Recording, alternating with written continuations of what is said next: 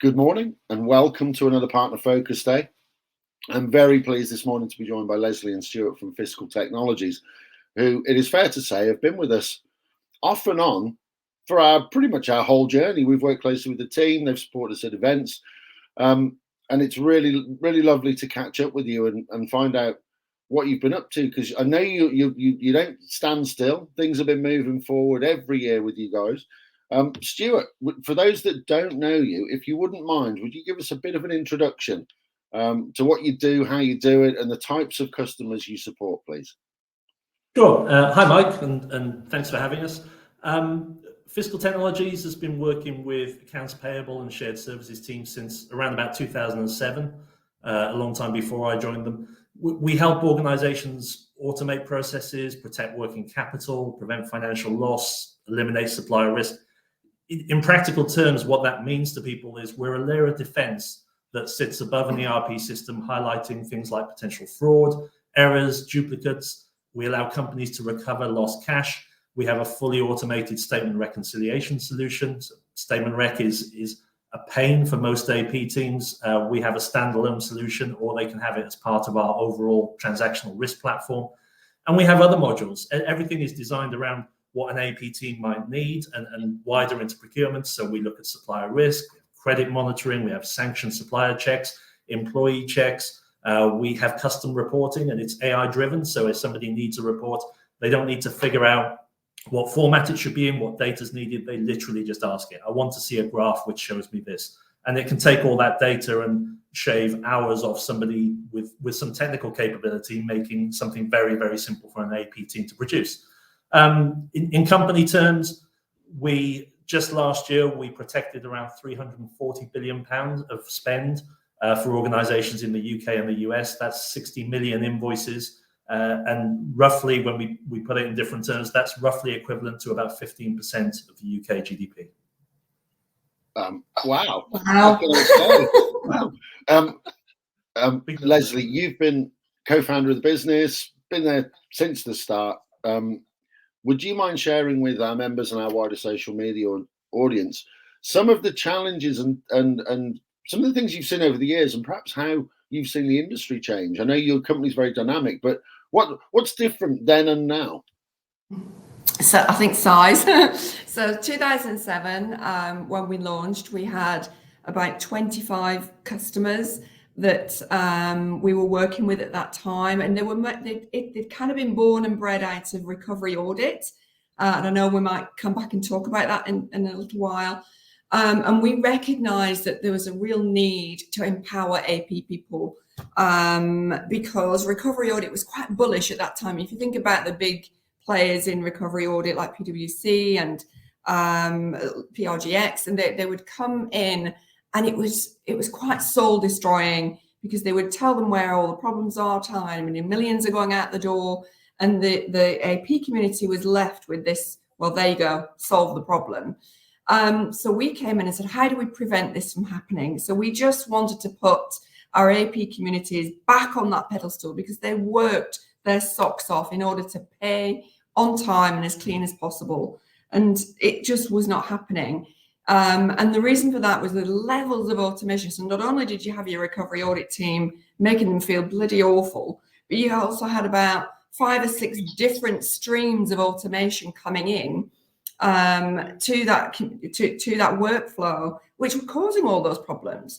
So we wanted to try and do something preventative. So that's where we really focused on in 2007 to launch something that was preventative, working alongside with the AP community at that time. And then I think the biggest change that we saw is that the problems and the automation just got bigger and bigger and bigger.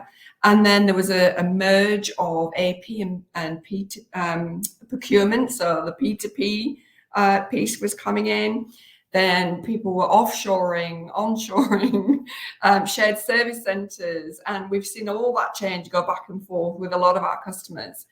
But the problem's still there. So 15 years later, if you look at one of our most successful modules on our platform, it's duplicates. It's to resolve the problem they've got with duplicates. It's still our biggest seller. Even though we've got the other stuff going on and several modules later, that is still usually the biggest reason why people are using our product. Not necessarily the same message from a CFO perspective. They want more control in that area, and they need to be able, they've got legislation to deal with, etc. But from the AP users or the P2P users now, that is still the biggest problem that they're resolving. No, thank you for that. I mean, there's a lot of challenges. We hear a lot from our members around the challenges of recruiting and retaining people. Obviously, it's a hard enough job as it is without the problems that come in from other stakeholders in the business, be it procurement or central finance, or maybe, suppliers not doing things the way they're supposed to get paid on time. It's a constant challenge to get people paid on time. I know we support a number of campaigns that look into that as well. It is an issue for smaller companies, we recognise, and but there are some other challenges that we've seen coming up, which I know your system addresses in terms of helping to protect a business. And I'm thinking, because it sits outside of an ERP, it doesn't really matter which ERP you're in, does it? No, definitely not. It doesn't. And as this is an agnostic piece of kit, an agnostic platform. Data comes into it. We analyze the data and do stuff, really good stuff.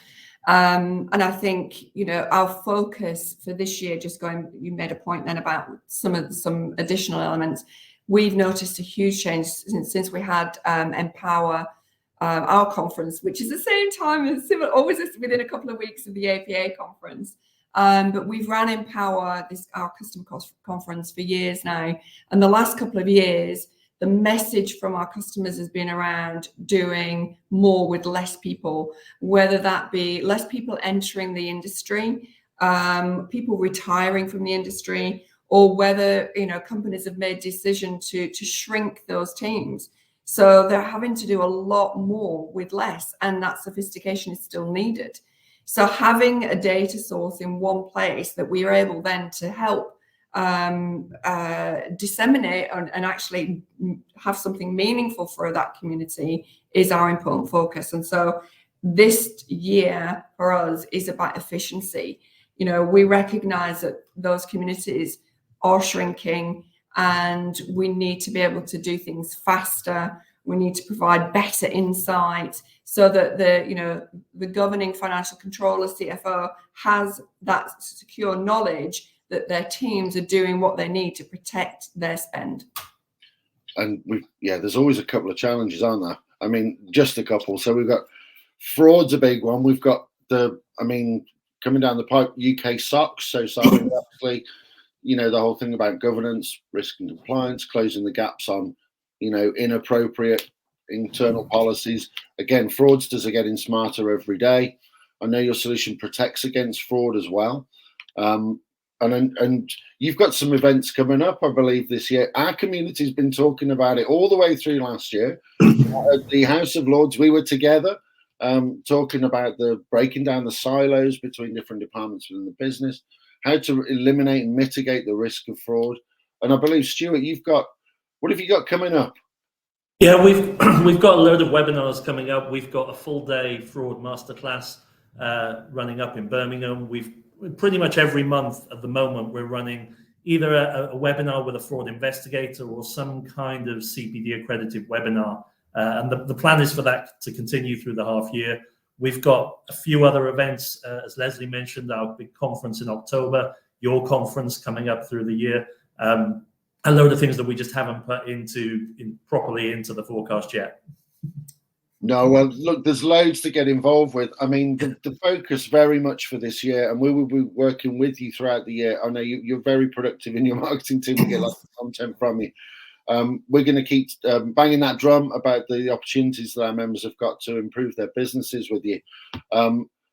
Just a final note on best practice. Everything you do contributes to best practice, and I know we're going to be working together to look at how we can make our Q program perhaps more available to some of our audience, your members and your customers. But yeah, no, thank you for your time today. And we very much look forward to seeing you out on the road at the various events and conferences that we'll be working at together throughout the year. And again, on behalf of the APA, thank you ever so much for your support. Our members very much appreciate the support you give us, because we frankly could not do what we do without the support of long-standing partners such as yourselves. So yeah, just if you want to say bye, I'm going to wrap it up in a moment. Thanks, Mike. Thank you, everybody. Look forward to seeing you all soon. Okay.